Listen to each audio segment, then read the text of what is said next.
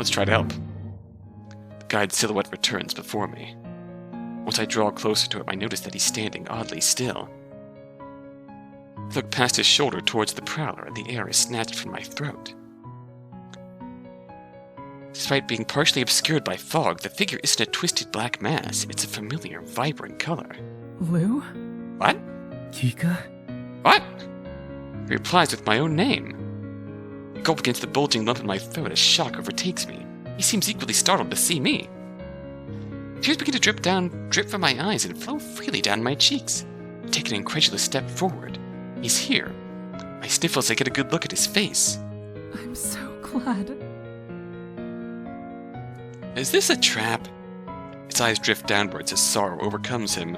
Please, don't be. I can't make it. I'm hurt. He wipes his face with his hand and stares at me helplessly. My eyes widen. Of course he must be after what he... I have to do something. I can't accept that. I will carry you. I peer through the mist to get a better look at him. The darkened fog makes the night practically opaque. However, I wince sympathetically as I realize it looks like he's missing a finger. Oh god. I can only imagine what the rest of his wounds look like. Lou's voice grows hoarse with emotion as he takes in the sight of me. You need to stop trying to save me, Kika. You can't. If I make it to the other side, I'll still die. We've seen it. He lets out an uncomfortably out-of-place chuckle. And it's not even because of my injuries. They're going to kill me for what I did. There isn't a way out. I'm trapped. He wipes himself again. The admittance leaves me stunned. Lou may have made mistakes, but could they truly justify an execution? It's fine, though. I'd rather you remember me as someone who was able to help for once and just forget about seeing me here than continue making everything worse by staying. Please leave. I won't give up. There has to be a way. I clench my jaw in mounting frustration. Doesn't matter what will come when we reach the other side. How could he just expect me to let go of him again after everything that's happened? Lou looks pained, seeming that he has run out of arguments to hurl at me. Then begins to rapidly mumble to himself. Can't make the words out from here, but I catch bits and pieces of it from where I'm standing. Something. There has to be something. Anything. He seems to come to a conclusion and laughs and sniffles sadly to himself. There isn't, is there? You found me again, and I can't change that. Suddenly Margaret comes near. Lured by all the commotion, Lou backs away from me, shuddering. What's going on? Oh, hi, Margaret. Margaret almost trips over herself at the situation in front of her. She gapes at me, alarmed. There isn't any time to inform her. Lou seems to be in shock.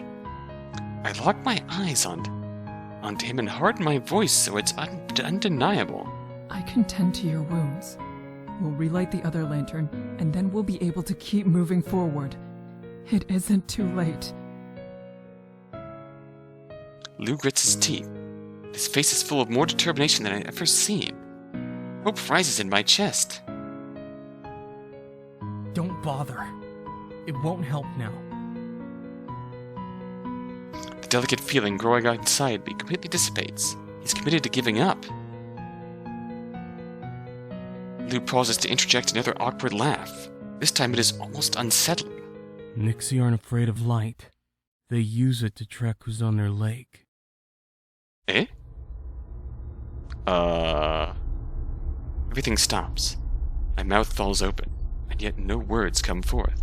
All I can do is look at him, searching for answers I can't bear to ask for. Are you okay? Lou steps out of the all-consuming darkness. I finally get a clear look at his wounds. Blood seeps from the deep gashes and cruel bites all over him, staining his clothes and coating his quaking body. Doesn't make any attempt to hide it or wipe it away. Wow, it's pure white. Sounds erupt from the lake. A wild, frenzied gurgling comes from near the surface. Nixie are responding to Lou's action. He turns to the lake and glares at the water. Be quiet! An instant their chattering ceases and the area falls dead silent. Whoa. lets out a harsh breath and continues to leer fiercely out into the distance, his whole battered body visibly tense under his nearly glowing blood. Can't do anything. I can't even move. Suffocating tension of the scene is broken by a clang on the bridge. My will is finally placed back into my own hands. I swing my head round towards the sound. The guide dropped my lantern. He's unblinkingly stunned at the development, but suddenly a glassy calm comes over and envelops him completely. He stares at Lou with an unidentifiable expression. So, everything I've done has been pointless then? What? Before the guide can even think about saying more, Lou abruptly interjects, voice vibrating with desperation. No, it hasn't been. His calm completely shatters, as though it had never been there. What? How? Lou meekly gazes back, not prepared to actually defend his statement. This isn't over yet. Maybe there's still time. No, there isn't. The guide parts with most of his previous emotion, and deftly reaches into his cloak, and retrieves his set of matches. I'm suddenly drawn from the floating ether of uncertainty back to attention. I gawk at him wildly. Surely he couldn't intend on setting the bridges on fire right now. I disbelievingly reach out to him, yet I'm too late as the match is struck and dropped at his feet. Oh, here we go. I recoil sharply as the flame immediately grows around him and starts to crawl in every direction. My head swerves to Lou and Margaret and then back to the guide. What does this all mean? The fire has already engulfed enough of the bridge to cut us off from each other. He makes no attempt to flee. I merely cast a sorrowful gaze at him. Through the growing black smoke, he doesn't return my gaze. I look straight ahead with dead, empty eyes. I wrench my attention away from him and hold on to Margaret and Lou. I shout over the crackle of the already waist-high flames. We need to go. Lou catches my gaze and determination fills his eyes. Margaret is gasping and wheezing from panic. She shoots me a solid look to show me she still understands. She pries her fingers off of the guide's staff. Take a few reluctant steps away, lingering for a moment as I give the guide one last parting look. We're dashing full force to be with the two I need to protect. Do you know which way to go? Can you run? He nods confidently at me. Yes. Then he grows sheepish and hastily adds, To both. I look at him filled with the strangest, strongest rush of emotions that I've ever experienced. Our eyes meet for a second, and with that, one thought rises above all the rest. We will be there for each other, no matter what. Then lead the way. Little time to process it all. Three of us sprint over the bridges in a race against time as the fire continues its ravenous approach. Alongside the crackling of the flames and the returning voices of the Nixie, they are growing louder and clearer than ever before. As we run, I can see many of them keeping pace with us, swimming alongside the bridge's edge. One of them shoots a gaunt limb straight out of the water and latches onto Lou's leg. He stumbles and starts falling forward. I react fast enough to grab onto the back of his shirt, which gives him enough support to remain standing. Lou struggles madly with the creature, trying to kick it off. As he wrestles against its grip, the Nix mutters something to Lou, its foreign words a low clicking that vibrates at my feet. Before suddenly jumping up so high and harsh it makes me grit my teeth. Lou shouts back, his voice contorting with the same inhuman sounds I've been hearing all night, his words just as indecipherable as the Nix's. What? Infection? Or something? I have little idea what is being said. However, with the way Lou is aggressively shaking his head at the Nix, it can only be terrible. I work to help Lou free himself. I need to get him away. As I lean in, I stifle a gasp. Oh, God! The hold the Nix has on him is so deep it drags sinewy bits into view as he feverishly struggles against it. I hear a gurgle just before white liquid rushes out from his lacerations, simultaneously spurting and pooling on the wood beneath him. Lou's pure white blood floods over the side of the bridge and bleaches the black of the water. Oh, God! As he thrashes even more violently, I hear the horrible, drawn-out rip of dusts of flesh layers tearing in two. Lou! Jesus Christ! Even though I know it's futile, I can't stop myself from shrieking his name as his foot is ripped slower than I'd wish on my own worst enemy. His gel-like skin shreds agonizingly in a jagged line. Nix's claws get caught on something and Lou's white-drenched heel peels away enough to dangle down from his leg. Ugh! Despite the incredible amount of damage being done, the Nyx still refuses to unhand him. I get even closer and consider taking out my sword. I fear it won't be of much use, but I am willing to try anything at this point. And then Lou does the impossible. He manages to give me a small smile. It's okay. I don't need it. Are you sure about that? I mean, bends down to the Nyx locked like a ball and chain onto his leg. His fingers suddenly bend straight down flat against his hand. It shudders and pulses until his fingers contort out into the narrow black appendages that glisten in the firelight. He's become a Nyx. With the soggy, grinding claws curl out from under his coal-colored skin. With a moment's hesitation, he slashes through the mutilated remains of his foot. His claws ring clean through, and the foot severs. It slides off with little resistance, ripping away from the rest of his leg with nothing but ropes of discolored flesh. Soon even those snap completely. Ugh! The Nyx falls into the water with the mangled extremity still clutched tight. Lou didn't give it time to grab hold of anything else. A broken, incredulous gasp escapes me. Lou stands as tall as he can muster on his now uneven legs, wobbling slightly as he shifts his weight off his blood-drenched stub. We have to keep going. I can still run. Your hand, This won't be son! a problem. Like his hand before, the fleshy stump of his ankle contorts before stretching. A thick, milky substance between solid and liquid unfolds from it, morphing into a sort of peg leg. Can't keep from gawking. Margaret is gaping as well. Lou doesn't pay either of our reactions any mind, beckoning us forward. He pushes down the bridges once more. I snap out of my stupor and jostle Margaret out of hers. She blinks a few times before coming to. We both start running after Lou. I continue to see glimpses of movement on the otherwise stagnant lake. There haven't been any further attempts to impede us. What Lou did or what he said to that one Nyx must have them on guard. With no grasping appendages reaching for us, we fly across the bridges and don't stop until the fire is far beyond us. Twice Margaret slows down from exhaustion, but I shoot her a pleading, encouraging look. That is all it takes for her to find the will to keep going. Lou never slows or falters, despite all common sense. Through the mist, the faint silhouette of this shore comes into view. Despite the end finally being in sight, I refuse to let hope enter my mind. I thought I understood what I needed to, but I clearly don't know anything about what resides in this lake or what it's capable of. After exerting our bodies nearly to their limit, we arrive at a dead end. Lou gapes and my heart sinks. I look at him through ragged breaths. Is there another path? Lou teeters toward the edge of the bridge, looking shocked. Then panic overtakes his face. I don't know.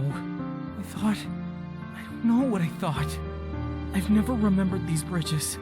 I've never done anything right. I wonder how much of this is related to him, like, remembering the route to some degree the first time we went through. With just Kika and Lou. By themselves.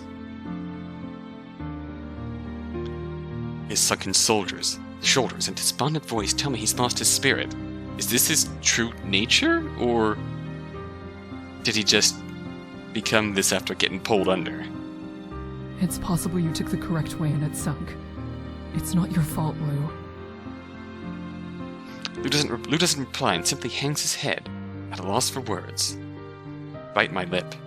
I open my mouth to insist we start looking for another bridge, when a familiar, callous voice interrupts me. You are correct. This bridge would have taken you to shore. Eh? We whip around to see the guide. I'm unable to do anything but blink in shock.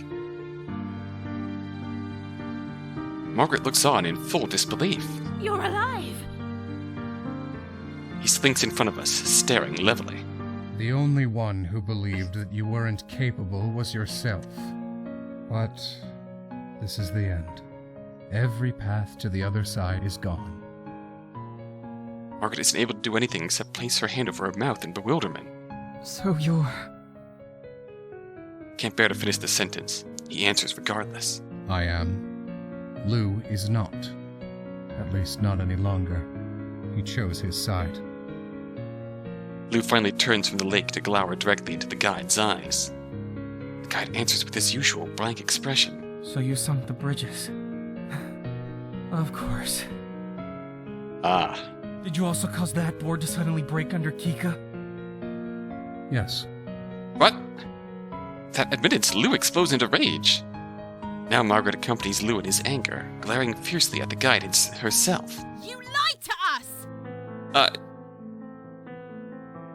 You were the ones who chose to gamble with your lives. I warned you of what would happen. Margaret clenches her fists in lividity. We made our decision based on what we knew of the lake.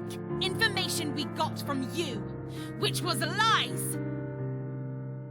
The guide quips back with an irritated quality to his voice. What you did know as truth was that almost all those who cross Sinnlos die. To think you would be an exception was foolish. Margaret merely snarls at his words. You can make as many excuses as you want. You're still a heartless murderer.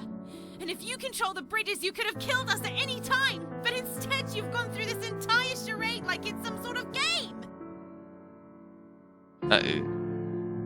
Everything we have relies on this game. My role in it is to act as a human guide. I cannot stop or take the easy option simply because I personally think that might be nice. We have to be committed if we want to survive. He releases his anger before continuing on. And that is not all. You may not believe this, considering your situation, but no one here enjoys looking upon the faces of individuals and picking who will get to see the other shore and who will be killed. Instead, we usually leave each traveler's fate in their own hands. Follow my guidance, don't make mistakes, and you should survive.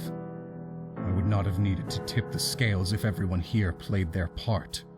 The guide's insinuations on who to blame is clear. Wait.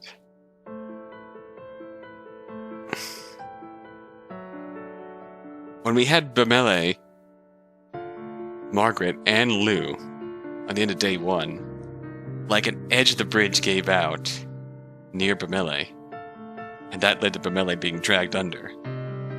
Is that you too? Since when do you... I mean, I can understand why in his path he'd be so adverse to leaving.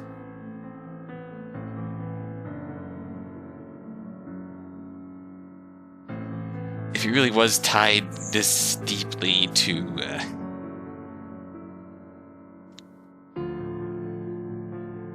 God, what? Margaret turns to face Lou and narrows her eyes accusatorily at him. While we were on the island, you helped the guide when he was in a position he couldn't easily sneak out of.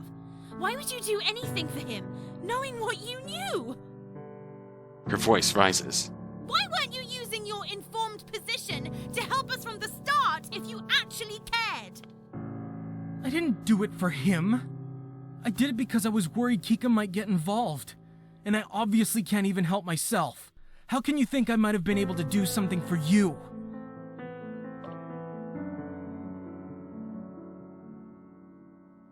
The guide pointedly interjects. No one should have gotten involved with that. I intended to let myself be injured to reaffirm my humanity. Unlike Lou, I am capable of disguising even the color of my blood. So you're both Nixie? Oh, shit. That's just sinking in now. Margaret still seems firmly suspicious of Lou, while he looks defensive.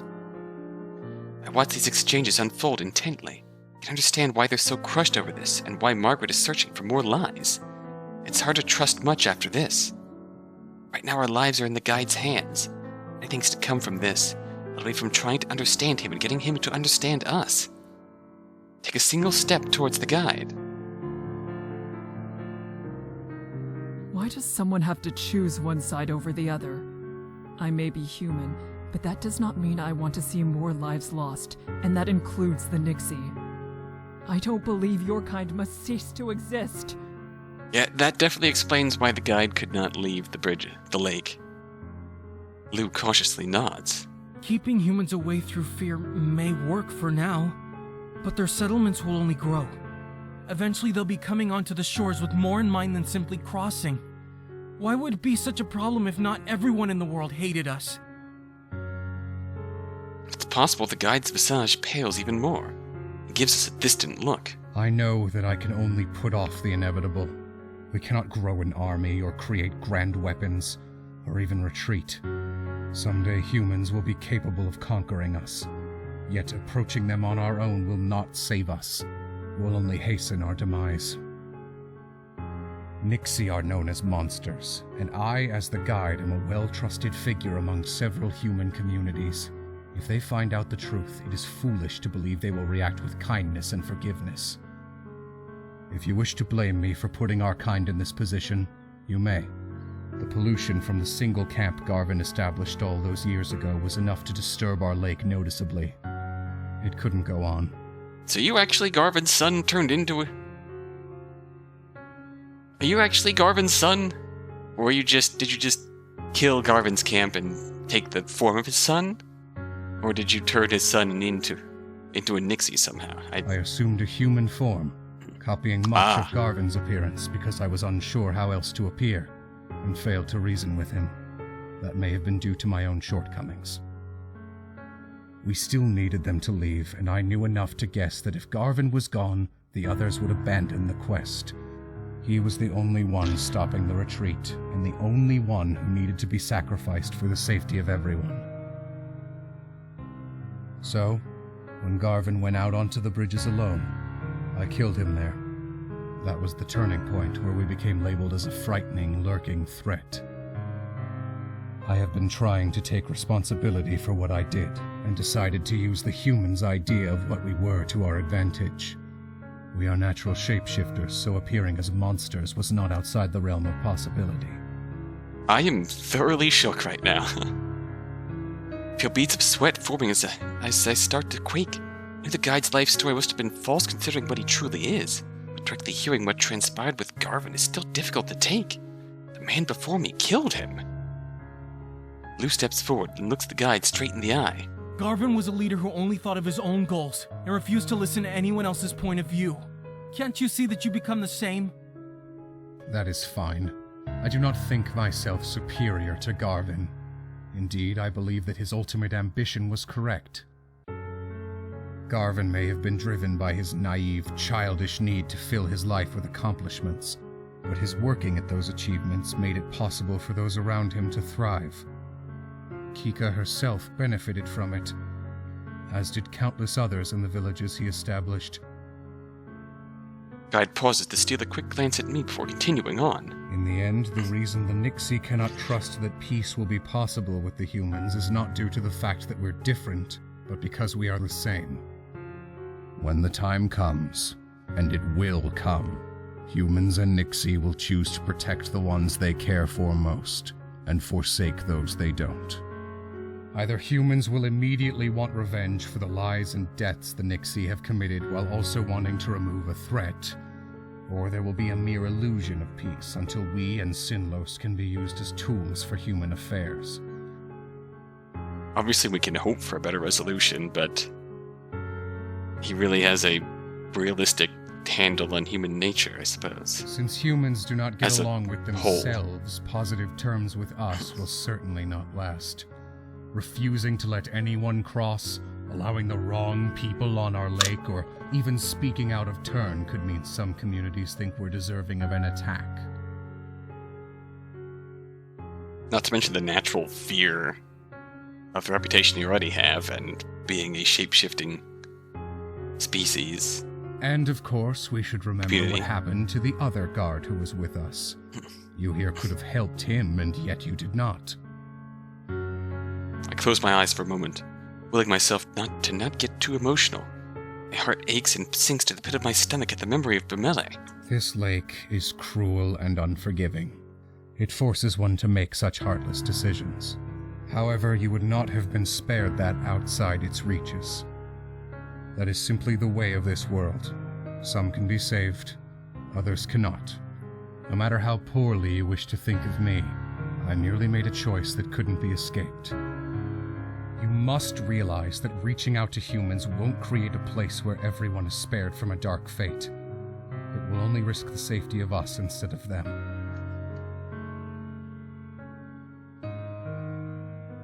It's clear the guide is unambiguously certain there is no other way. I have no hope of convincing him to give any human a chance in this little time we have remaining before the bridges sink. The defeated look on Margaret's face tells me she has come to the same conclusion. She has no retort for the guide, even though she likely disagrees. We both know there is no point in trying to save ourselves. While on this lake, all the cards are in his hand. Trying to overcome the horrible laws of Sinnlos was a futile goal from the beginning. It is a sobering fact to learn. Still, I am not willing to stop here. My efforts don't have to amount to nothing. Take a solitary breath. My life hasn't been ripped from me yet, and there's something I can do that may help another. I looked directly into the guide's empty, distant eyes. Yes, I can understand such concerns. But why have you not sunk this bridge yet? It will naturally fall shortly. But you can sink a bridge early if you so choose, and you haven't. Even if you did not want to expend your magic, you did not have to come here or stay this long. Why are you speaking to us at all when you could end this? He doesn't reply, only watching me with an unreadable expression. My heart pounds in my chest as I tentatively pose my next question. Is it possibly because you don't want it to end this way? Do you want your words to change something?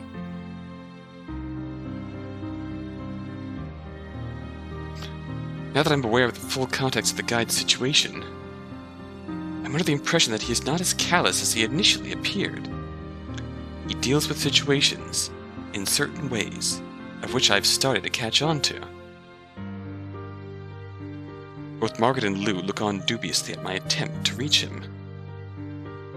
Guide offers us a doleful smile. Is that honestly so surprising, Lou? I am not eager to participate in your death. None of us are.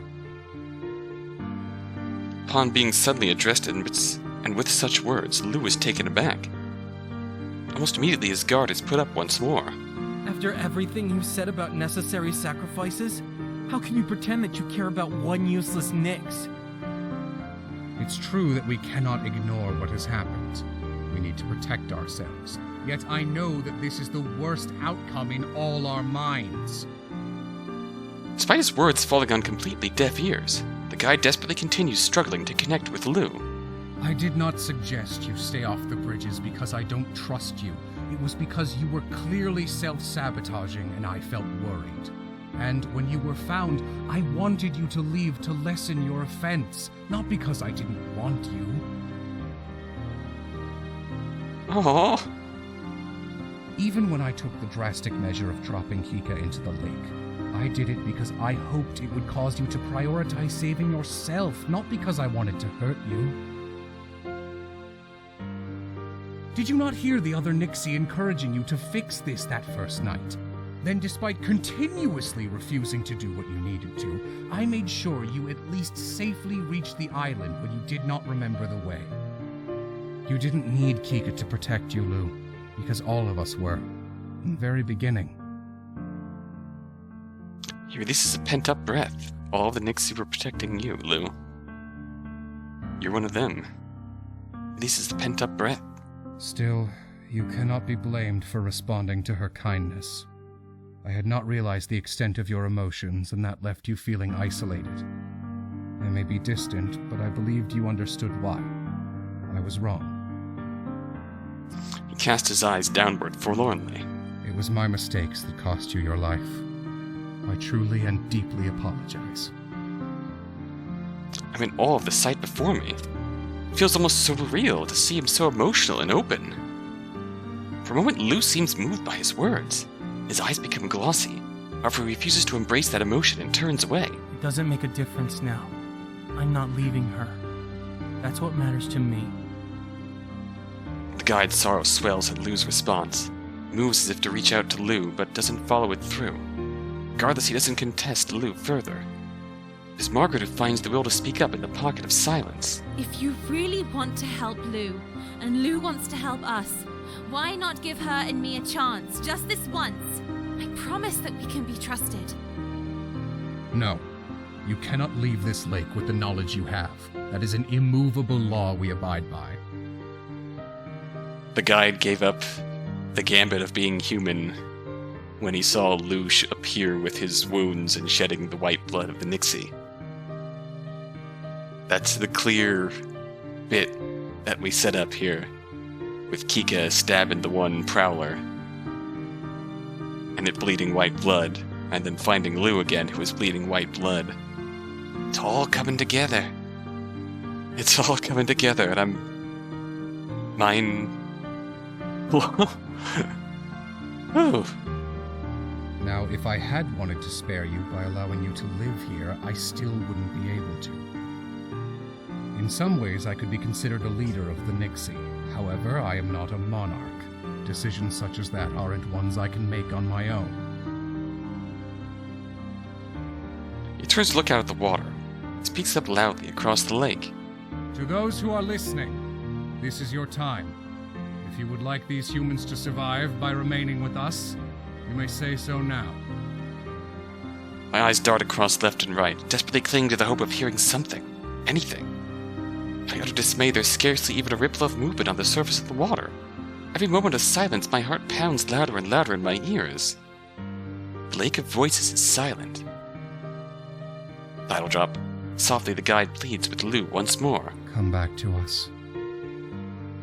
Lou flinches at the demand and stays rooted to the spot. The guide continues urging him. I want to listen to you, Lou. I want you to be saved. But I can't, so long as you've forsaken us. Lou pulls his arms together and stares down at the ground, trembling. Guide's gaze weighs into him and he sinks further and further into himself. It's as though he's ready to curl back into a ball like when we first met. Then Lou shifts his head up somewhat to peek over at me. Something unnameable behind his eyes. Can't find the words to speak, so I look back at him sympathetically. It's all I can do at this point. His head falls back down. Reluctantly, while trembling, turns his body away from me. The action is so slow it feels as though he's wrenching himself away from my presence. He starts to walk past without acknowledging me again. I still struggle to say anything as he makes his decision. Margaret's jaw is clamped shut as well, and so the two of us merely watch him leave solemnly. Lou almost gets ahead of Margaret when he hesitates in front of her for the briefest of moments. Then he picks his head up and thrusts his hand at her, grabbing her by the arm. What?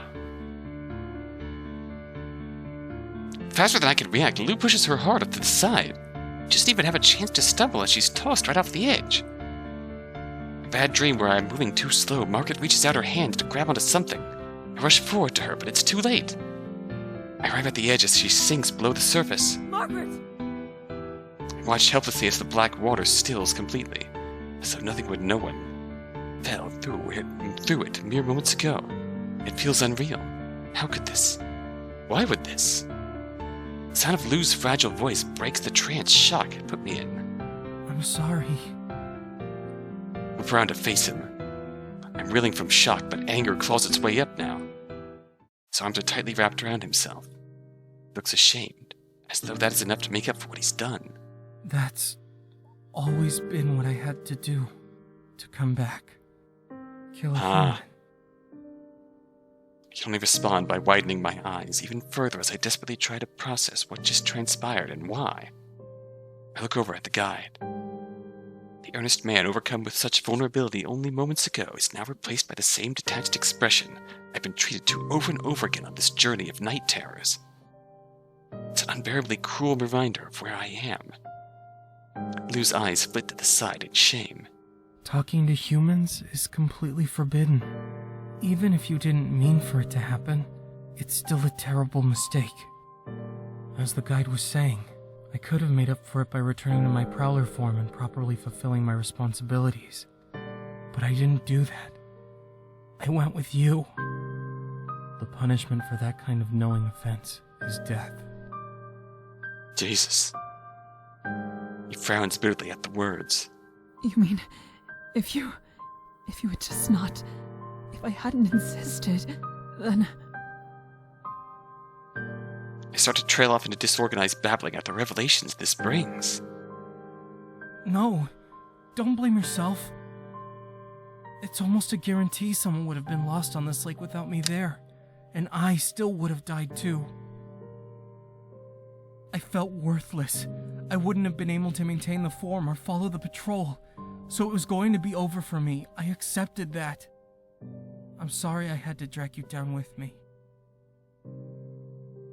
Who doesn't wait for my reaction. He turns away, hardening his expression to face the guide. With that, I can say you haven't rejected what it means to be one of us. Speak. We'll hear you. Lu's determination falters slightly. He tries to sound self-assured, but it is obvious that he's nervous. I'd like you to give Kika a chance. She's kind and she cares for others. Even those who don't do her any good. He says the last part rather harshly, guilt straining his voice. All around us, a barely audible chorus of whispers emanates from the lake. I can only feel the sensation of sound. As I'm completely lost as to what they're saying in their foreign tongue. The guide closes his eyes and listens for a moment. He nods imperceptibly. He reopens his eyes and they're trained directly on me. We will continue to kill humans who enter our world, as we've already done to those you care for. Accepting Lu's recommendation means you're willing to also accept that kind of sacrifice for our sake. If you cannot, so be it. The choice is yours to make. Oh boy. Oh boy. Show us where your values lie. I swallow hard. Voices dissipate once more. Despite still being under the surface, I can feel the eyes of every Nixie on me. Lu doesn't speak. He knows that the choice is mine alone to make. Yet he is pouring his heart and soul into the gaze he's giving me. He's risked everything to try and save me. I can't bear to speak to either man. My choices are either to lose my life to this lake, or to abandon it to the same place. I search inside of myself, as much as I'm pretending to be strong, to be sure. All this time I've never known for certain how I should live, what I should be living for. Somehow this journey has given me a clearer view than I've ever had before. A sliver of a tear escapes my eye. Then finally, I ball my hands into fists, prepared to face my fate. Can't? The guide nods solemnly. It strikes me that he was expecting such an answer. Lu goes as silent, still, and rigid as a statue. Soon a look of sheer horror consumes his face. From whence the sun rises, Lu shakes, mouthing words I sometimes know and sometimes don't. His lips form no most of all. Finally the spell keeping him still breaks and he takes a step closer towards me, with his whole body quivering. I shake my head at him and he stops, albeit with a delay. He stares at me with wide, sad eyes that grow shiny. His face is frozen halfway through a word that I try not to recognize. I don't pay him any more mind. I look out towards the shore. I remember Brumele and Margaret and every single human being I've ever known. I couldn't live with myself if it meant accepting that many others will die in the same horrible ways right under me. The sun rises in the sky farther and farther until it burns brightly through the fog. The sound of sloshing and creaking starts. Here we go down, down, down. The bridge begins its inescapable descent. I'm struck by how beautiful the world looks now that the darkness is cleared. I keep my eyes focused on the sky as I hear a mournful whimper from nearby me. The coolness of the water collects around my feet as the bridges sink below the surface. I let my eyes droop closed and ignore everything around me, keeping still. As my legs grow weightless, I feel something in the water with me. I open my eyes as my face goes under and I'm faced with crimson. It doesn't take until my eyes adjust to know what it is. Lu reaches for me, his clawed hand hesitating just beyond my arm. Can't make out his face, and that's one reprieve the lake grants me. My legs have nowhere to stand, the water is weighing me down, and the cold is chilling my bones, but I manage to shake my head once more. With a moment's hesitation, he deftly navigates the water and retreats further into the dark, though likely just far enough to no longer be seen. I breathe out and the bubbles from my last bit of air tug my face. Even as I start to jerk from my body's need to escape this tomb, I am not consumed by fear. Instead, I'm filled with a strange sense of determination as everything grows disoriented, and I forget how to tell up from down. What is done. All I can do now is remain firm by what's important. It gives us an achievement, humanity. And an ending. Wow! Holy shit, that was... I feel like that was the true ending path. Like, there's no getting around it. That's the true ending path. Even though we could obviously go back and accept the proposition, we're on the true ending path, where we find the truth of Lou, and by extension, the truth of the guide, and by extension, the truth of the lake. So the truths that the guide told us in his path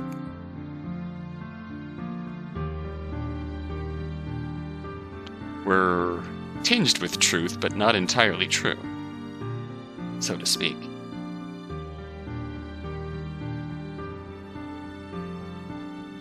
Garvin the hero did die,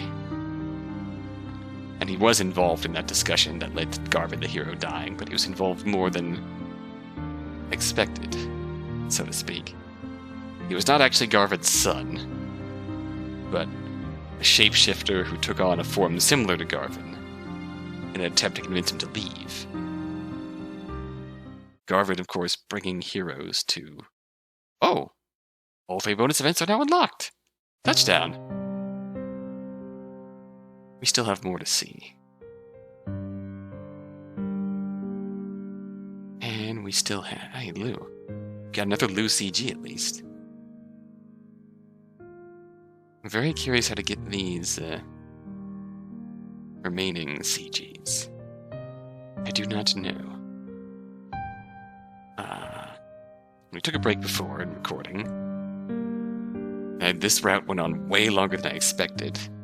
So I got a half hour and a full hour now to cut into 2 separate videos. But we also have the remaining possibilities, the remaining choices.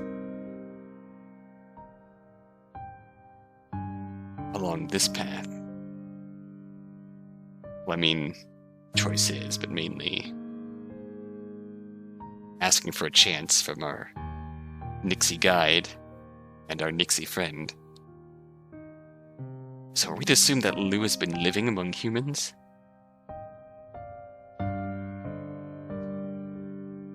That gives us a clearer picture of what Lou might have done to be so thoroughly condemned to death by the humans of Hamer. Might have been living among humans, and then by trying to do something, he messed up and got injured and bled white blood. And now everyone wants him dead because what the fuck is this? What is this wizardry? What the fuck? What are you, son? Sad. And it only reinforces the guide's views of humans. And that Sinnlos is a place that they gotta keep humans away from one way or another, because we're not gonna have peaceful relations with humanity. Humans just aren't open to that sort of thing. So, if we make Sinnlos into a place to be feared, we kill humans, scare the others away, we can have some peace to ourselves. Sad, but let's go back and see if we can get a chance with them. Whether that involves living amongst them, or a chance to prove that we can go back and foster some kind of peace between them, and end the darkness around Sinnlos. I don't know. This route has already surprised me enough so far. I don't possibly know where this final choice could take us. Let's run this back, shall we? Let's at least see what our options are. I want a chance. Lou lets loose a sigh of relief like a gale. He shoots me an emotionally charged expression before shifting hopefully to the guide. The guide keeps his focus fixed on me. Your understanding did something we failed to do. Save one of our own. I see no reason to refuse your honest request. There is an island the bridges do not connect to. It is yours to live on. Oh. Dead End is magically restored by the sunken bridge rising up from below. That temporary pathway will take you there. The maze will still sink as a whole rather soon, for it cannot be up during the day. However, if you do enter the water, No harm will come to you now. I'm not able to take a step onto the new avenue in front of me. My life had been forfeit only seconds before, and now the sudden shift is too jarring to process. Something gently brushes my arm. I jump, causing Lou himself to flinch at my response. He smiles at me apologetically.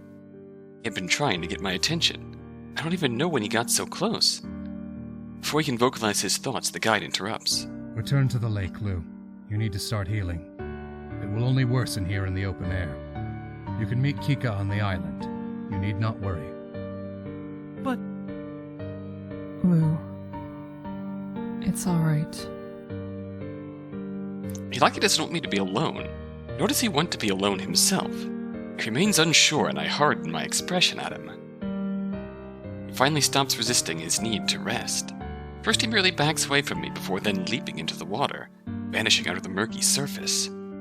I stare blankly at the water, which stills in a matter of seconds, as I have seen it do more than once.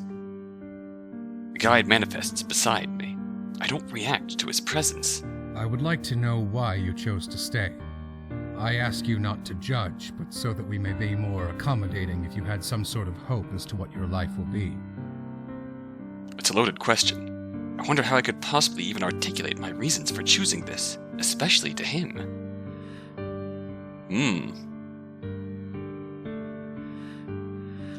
Can still help. He quirks an eyebrow curiously. It doesn't matter if I am in my village or here. As long as I am still breathing, I can work towards finding ways to save others. I will not give up. I can sympathize with his position and understand that his intentions are for the good of his people. That does not mean I must accept the framework he presents. Conceding we both want to protect those we care for, though in different ways, isn't cause to throw up my hands and say it is fair enough. Progress cannot be made by stating your views without challenge. Moments ago, this wasn't an option for me, but circumstances have changed. I intend not to waste that opportunity. He then removes his eyes from me and looks off into the distance. I see. I wonder who will be moved to change, if either of us ever are. He pauses for a moment, drinking in the view of morning light shining against dark waters. Perhaps it won't be only one of us who changes. He brings his gaze back to me, though he says nothing. With that, he promptly walks down the newly risen bridge. I teeter back, unsure of myself. Before he can walk too far away, I force myself to follow. I'm sorry. I'm sorry to Bemele, to Margaret, to the villages of Hamer, and to everyone who put their faith in me. I bid all of them a forlorn farewell internally as I continued behind the guide on the bridge into the unknown. As I set foot onto the shore of this new island, the guide disappears without another word.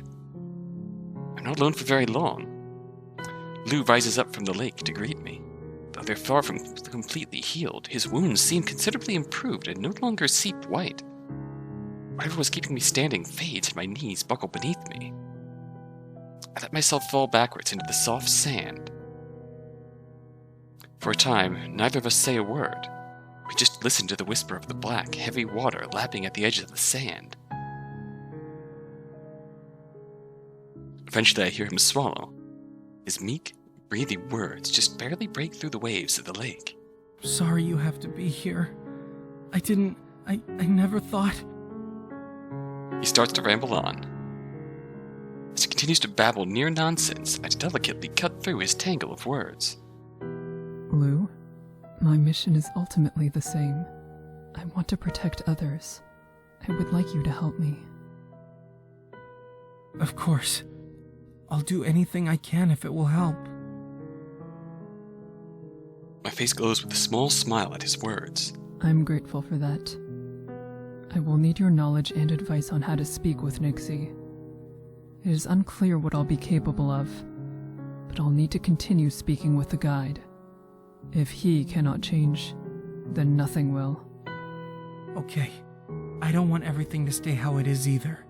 And I think you will be able to manage something. After all, you've already made a massive difference by being here. We seem to have gained some measure of respect by just helping Lou.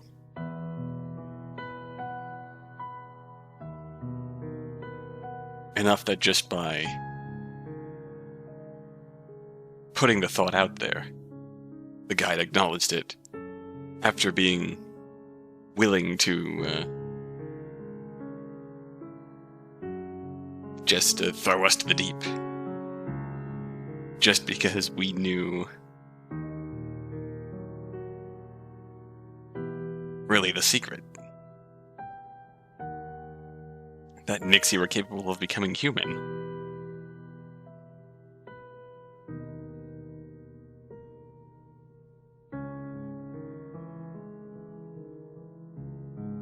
And really, that was a secret that the guide couldn't let leave the bridges. I hope deep in my heart that he is right. I will do whatever I can to ensure that it is. There may be no way to save everyone, but that doesn't mean I will allow that to stop me from saving anyone. This island is much larger than the one used during crossings. I'm grateful for that, at least. I continue my training regimens each day both out of habit and a desperate attempt to maintain some normalcy. Lou and the other Nixie bring me food and books and other items from the other side. I've learned that Lou and the guide are not the only Nixie that can speak my language or take human form, though not all can manage bodies with so much detail. And some do not have a nocturnal lifestyle either. In this way I've become acquainted with many more Nixie. The island and lake are constantly busy. It's almost like a small village. If the minor familiarities are not enough for me to forget the situation I'm in, or what happened to bring me here, I think of Bemelia and Margaret daily. How could I escape such thoughts when I am surrounded by their final resting place? I only pray that they can find peace.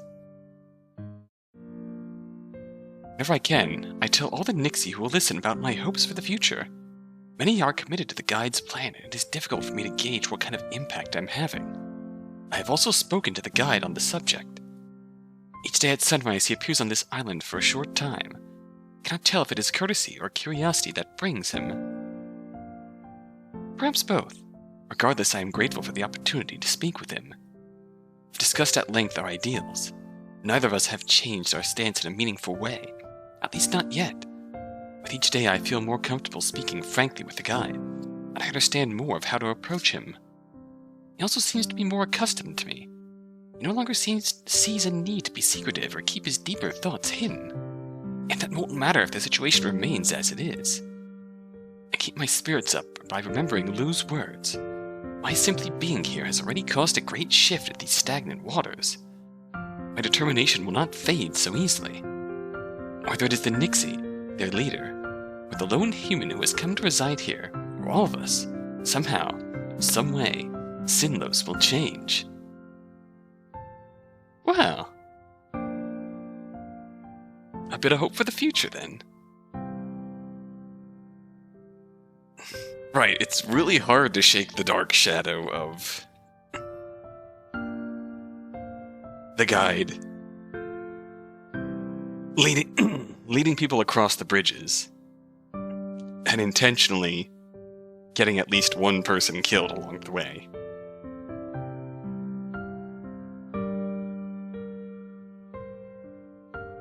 Which, my best understanding is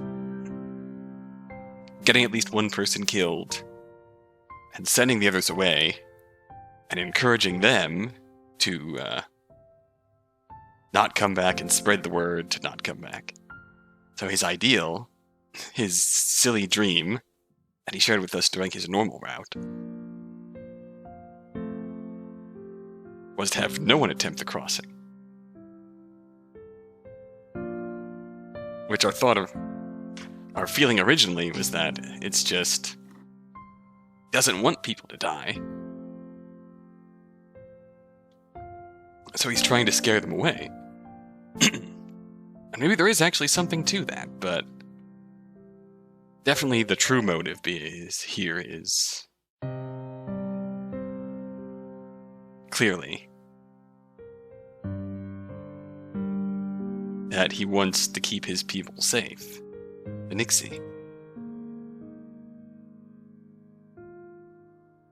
By turning Sinnlos into something to be feared.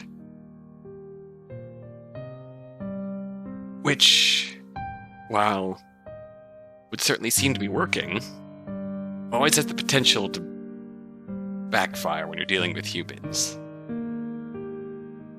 If it's feared for long enough, and humanity gets powerful enough, they'll inevitably muster their forces to try and wipe it off the map and conquer it.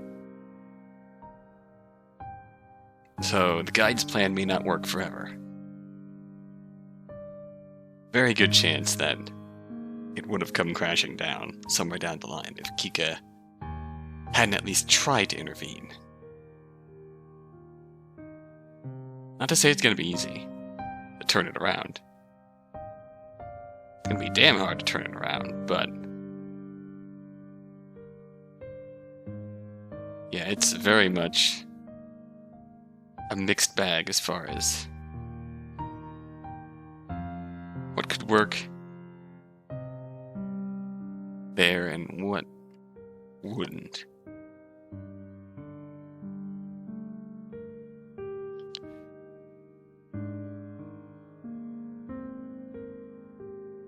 But easily even with that dark shadow hanging over us, easily an ending with a bit of unquestionable hope to it.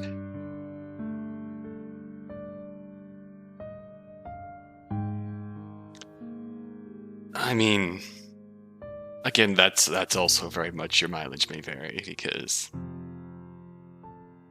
normal endings, we escape the island and go back to our normal life to some degree, and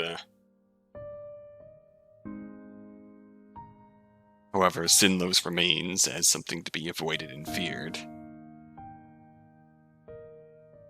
This is the first time we actually get a stab at fixing the darkness at the heart of Sinnlos, you could say. So, wow.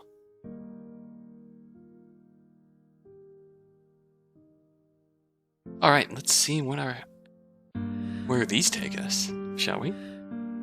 I couldn't leave Lou. My reply is firm. I shouldn't hide from it, or the reasons why I made it in the first place. The guide releases a short laugh. Doesn't feel belittling or sardonic, but instead sounds satisfied. If that is what you want, then I'm certain you will have it. Lou will never part from your side. He'll also be better because of it. A fond smile finds its way onto the guide's lips. With that, he promptly walks down the newly risen bridge. Oh, I teeter back, unsure of myself. Before we can walk too far away, I force myself to follow. I'm sorry. Sorry to permit you to it. There we go. Dripping dark water, Lou carefully takes a seat beside me. He scoots in slowly, watching my face intently for any signs of discomfort with him being so close. Oh! I show none, and his legs are near enough to just brush against mine. He leans in and rests his head against my shoulder. He's still shaken from all that happened. I allow him this small comfort. For a time, neither of us say a word. Just listen to the whisper of black, heavy water lapping at the edge of the sand and each other's breathing. Eventually, I feel as much as I hear him swallow. His jaw moves like a soft drum against my collarbone, and his meek, breathy words just barely break through the waves of the lake. I wouldn't be able to hear him if his skin wasn't pressed against mine. Sorry you have to be here. I never thought... He starts to ramble on. I bring myself to smile gently at him. I can't blame Lou for what happened. His plan had been to hurt us. He could have taken the opportunities presented to him.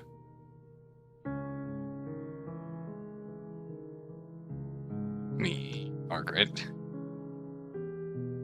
Lou had no wicked intentions lurking inside, surely. He was forced to make painful decisions by a cruel world.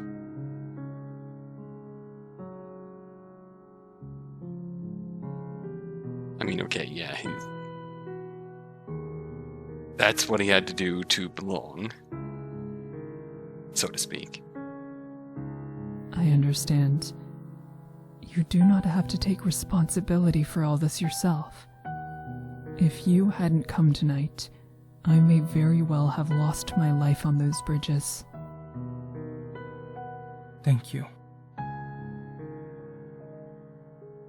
soft, remorseful voice trails off, and he presses his head further into my neck, intimately. He curls his uninjured hand around mine. And you're still right. It isn't truly over. We have time, and we'll find a way to make something of what we have left. I believe that. I only can because you did first. He smiles hesitantly, yet the tenderness in his face is unmistakable. Thank you. This time he speaks with gratitude rather than regret. Do you remember when I said the reason I came was because I didn't want to die alone? That was just at first. After a while, I only kept staying because I thought something might happen to you. All I hoped for at the end of this night was that you'd live. He squeezes my hand a little tighter. Would you stop the inevitable again, and I'm still here. We both are. I'm not sure if it's possible to make up for this, especially for someone like me. But I want to try. I feel a bright sense of purpose radiate off of him. I cannot allow myself to give up. Someone out there is still counting on me, and I can rely on Luth's strength as well. It's true that there is no way to save everyone. However, the both of us are able to continue on, and that is not meaningless. This island is much larger than the one used during crossings. I'm grateful for that, at least. Continue my training regimens each day out of habit and a desperate attempt to maintain some normalcy.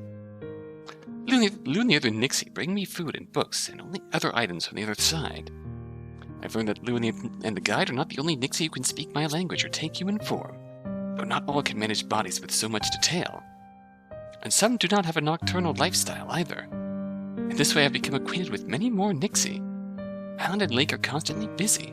It's almost like a small village. The minor familiarities are not enough for me to forget the situation I'm in or what happened to bring me here. Think of Pamela and Margaret daily. How could I escape such thoughts when I am surrounded by their final resting place? I only pray that they can find peace. Lu. Only a few days after the ordeal, Lu completely recovered from his injuries. Even his severed finger and foot were fully reformed. It was shocking to me, but that is not much of a feat for him.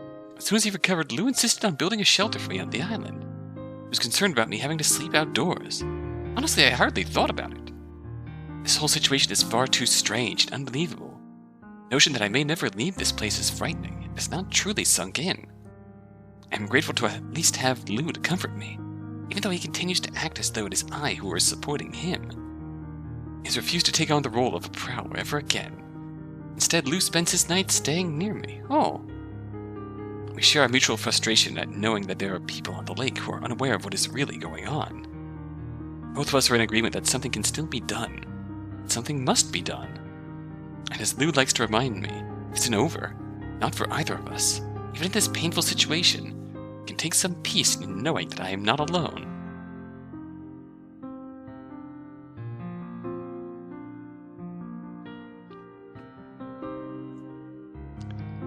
Yeah, it's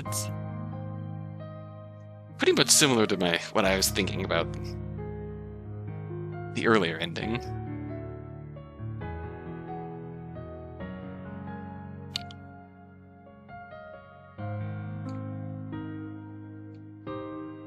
There's still that dark shadow hanging over everything the guide's done, everything the Nixie have done on this lake. And yet there's still a hint of hope that things can change and get better somewhere down the line, even though Kika is essentially a prisoner here.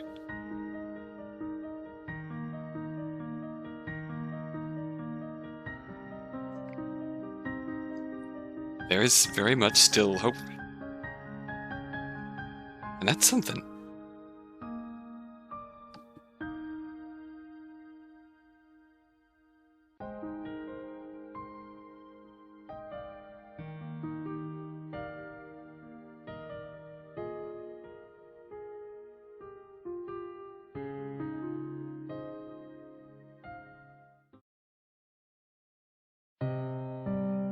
And lastly, I have a feeling this might not be as great as an answer, but do not answer.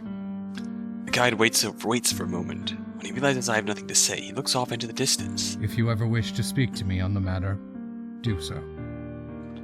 I still don't reply, lost in the quiet of my thoughts. Can't speak freely on the matter. I'm not even fully sure what the reason that drove my decision was.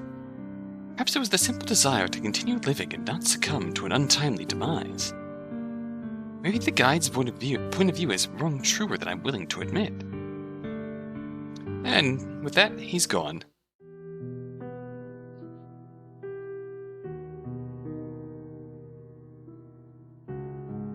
Ooh, starts to ramble on. I don't say a word. If Lou continues to speak, it doesn't penetrate my whirling thoughts. I'm still here. Even at the dawn of a new day, I'm still alive, and now I will always be here. I morbidly recall that Bamelia and Margaret will also remain here for an eternity. Wonder what they'd think of me for what I've done. Unsure of what I'm doing, but I try to shake those thoughts away. All I can do is continue forward. That's all I, or anyone, can ever do.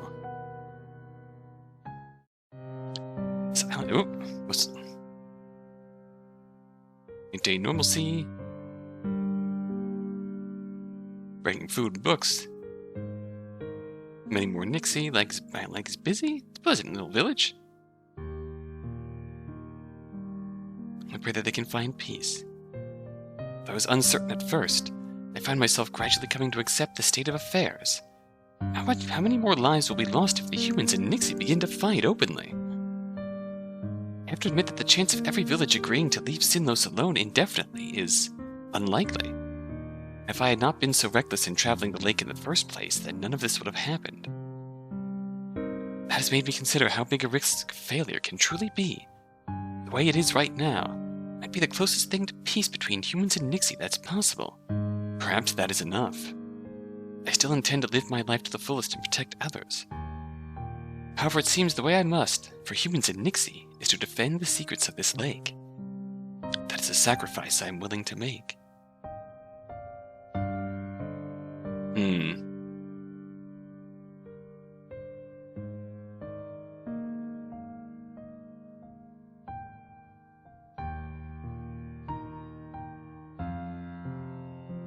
Yeah. Similar to the other two, except by not answering, we don't really affirm our purpose or goal here.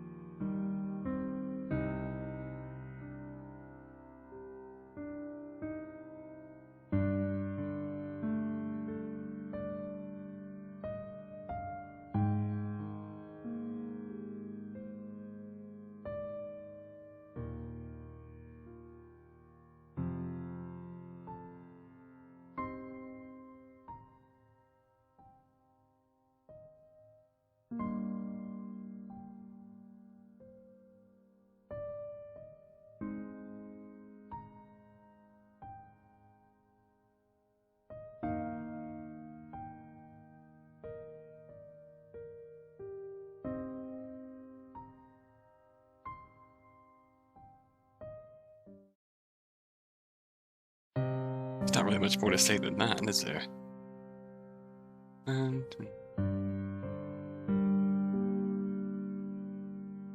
yep, that's the last of Lou's CGs. Understandably.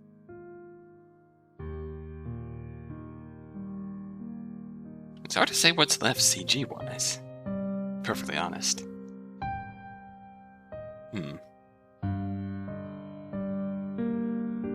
To poke around and see if I can find something new.